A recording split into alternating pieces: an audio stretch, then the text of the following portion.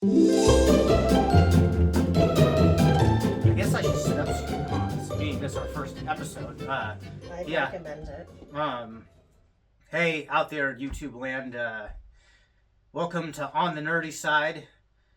I'm Spanky. This is Honey, and we're. You can forgive us. This is our first episode. We're working out the kinks, but hopefully it'll be a good time. What are we doing today, Honey? We will be discussing Adam Conover's mistaken views on Hollywood. Well, yeah, so he recently posted a video called How Capitalism Killed the Movie Stars or something to that, and I don't know, what do you think of Adam Conover? I really liked him on Adam Ruins Everything, except for the episode about dogs, which I disagreed stringently with. But, like all of us, he can get things wrong sometimes. And I just felt like we had to come to Hollywood's defense after what you shared. Well, I mean, I've already watched this Adam Conover video. I actually really like Adam Conover. He does great work, and he is pretty funny. But, yeah, sometimes he gets it wrong. And in this one, I thought he got it really wrong. Honey hasn't seen it, so what we're going to be watching is Honey's first reaction to what he has to say. And so just in the interest of transparency, when we get excited, we curse, like, a lot. Yeah. But anyway, other than that, like and subscribe. What do you say, Honey? Do you want to get into it? Let's get started. All right, let's go pull this up. Here we go. How Capitalism Killed the Movie Star. And I just paid for the premium YouTube thing, so hopefully there won't be an ad sneaking in. All right, let's get going here. You know, I love the movies, but so do I. Does anyone else feel like the entire movie industry wishes it were the 90s again? Like, take the Academy Awards this year. 90s TV star Conan O'Brien did a bit with 90s movie star Adam Sandler, and that was followed by a bit with 90s movie star Ben Stiller. Oh, maybe the reason they focused on all those stars from the 90s is that the movie stars of today kind of don't feel like stars at all. Like, okay, the big winner of the night was Anora, this tiny indie movie, and its star, Mikey Madison, won Best Actress. Now, she's super talented, she gave a great performance, I loved the movie. But is she really a movie star? Like the stars of the 90s were? Okay. All right, I know I was going to let Honey talk first, but this was my first problem. I'm only 38 seconds in. It's the girl's first goddamn movie. Of course she's not a movie star yet. All right. I don't know. She looked pretty movie starry to me, and I'm from Los Angeles, so I've seen a lot of them. All right. Yeah, let's keep going. And most Americans, honestly, don't know who she is. I mean, my parents were texting me during the ceremony, fucking who normal. is that nice young lady? I guess they didn't see Scream 5. And it's the same with Timothy fucking Chalamet. I mean, the dude was in 2 huge movies last year, but despite his performances as sci-fi messiah Muad'Dib and musical messiah Bob Dylan, most of the headlines he made were about his dumb yellow suit. I mean, okay, he's totally fucking wrong about this guy. Timothy Chalamet is absolutely a movie star. He is spectacular. And I say that reluctantly.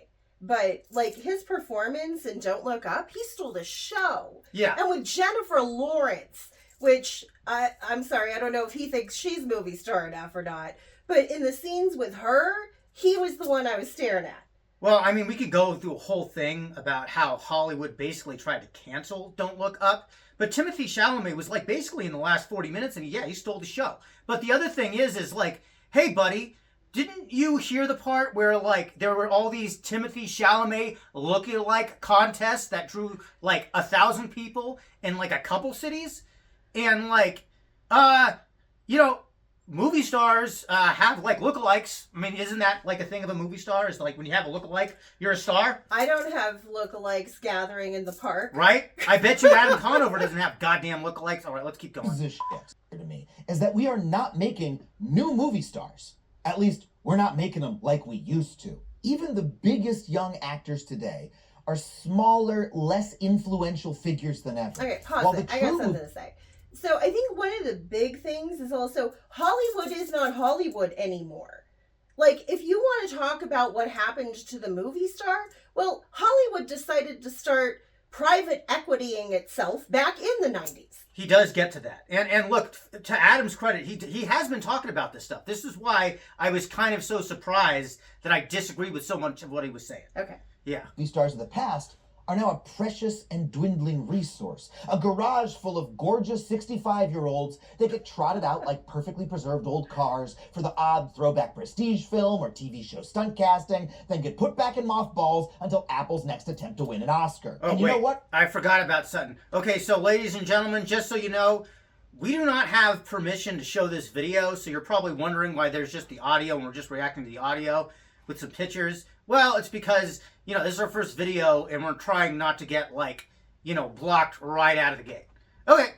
But we can link it in the description below so that other people could go and see this video for themselves if they're interested. Accidentally chose one of Ryan Reynolds. Actors today simply are not movie stars in the same way they used to be, as a matter of objective fact. See, the most important definition of a movie star is someone who has the independent ability to sell hard tickets. A person who's so famous, so beloved by the public for their wit, beauty, talent, charisma, or sheer star power that people will plunk down $25 and buy a bucket of popcorn just because this person's in the movie. So, a couple years back, a film research firm did a major survey. So just real fast, that has never been true.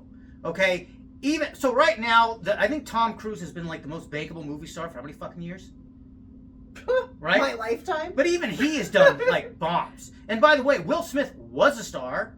His shit started bombing a long time ago. He's still a movie star, right, Adam?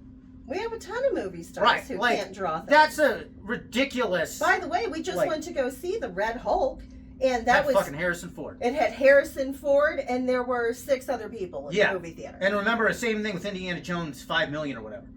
There was no one in the theater but boomers. Anyway, it was fabulous. It was an excellent movie. Both those movies are great. Asking people to name up to 5 actors who would motivate them to buy a ticket in the theater. And it turns out that the list was dominated by stars who came up in the 90s and even the 80s. People like Tom Cruise, Julia Roberts, Leonardo DiCaprio, and Tom Hanks. The average Does Julia Roberts act? Pause it. I did. Shit, I can't even remember the last thing she was in. I have no idea. Do love her much of the time. She is fabulous consistently.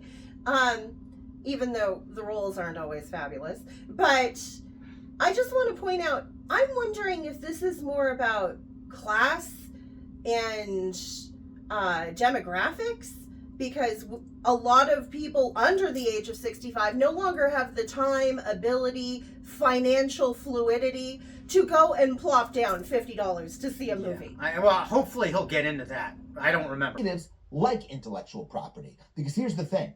They can't own a movie star, but they sure as hell can own IP. Think about it. Movie stars are free agents. They don't always own IP. Another studio. They can demand more money, or they can refuse to be in a sequel. They're whole-ass people with minds of their own. You can't control them. But Spider-Man and Batman never talk back. They'll do what you fucking tell them to do. The studios loved IP because it gave them control. No longer do they need to manage fickle artists. They can just suck the value out of a plot of intellectual property like it's an oil field. And it worked. By ruthlessly exploiting IP, Disney has had 14 of the 15 Okay, so let's also be honest. First of all, when he says IP, he means intellectual property. And, okay, while it is true that they may have some control, number one, they like intellectual properties because there's a built-in audience. Number two, he's wrong about them having control. Disney and Sony have been fighting over Spider-Man for years now. But also, buying someone else's story is basically because they either don't have confidence in the talent for their screenwriters. And it's not like buying the story completely eliminates the screenwriter anyways. They're still there. That's true.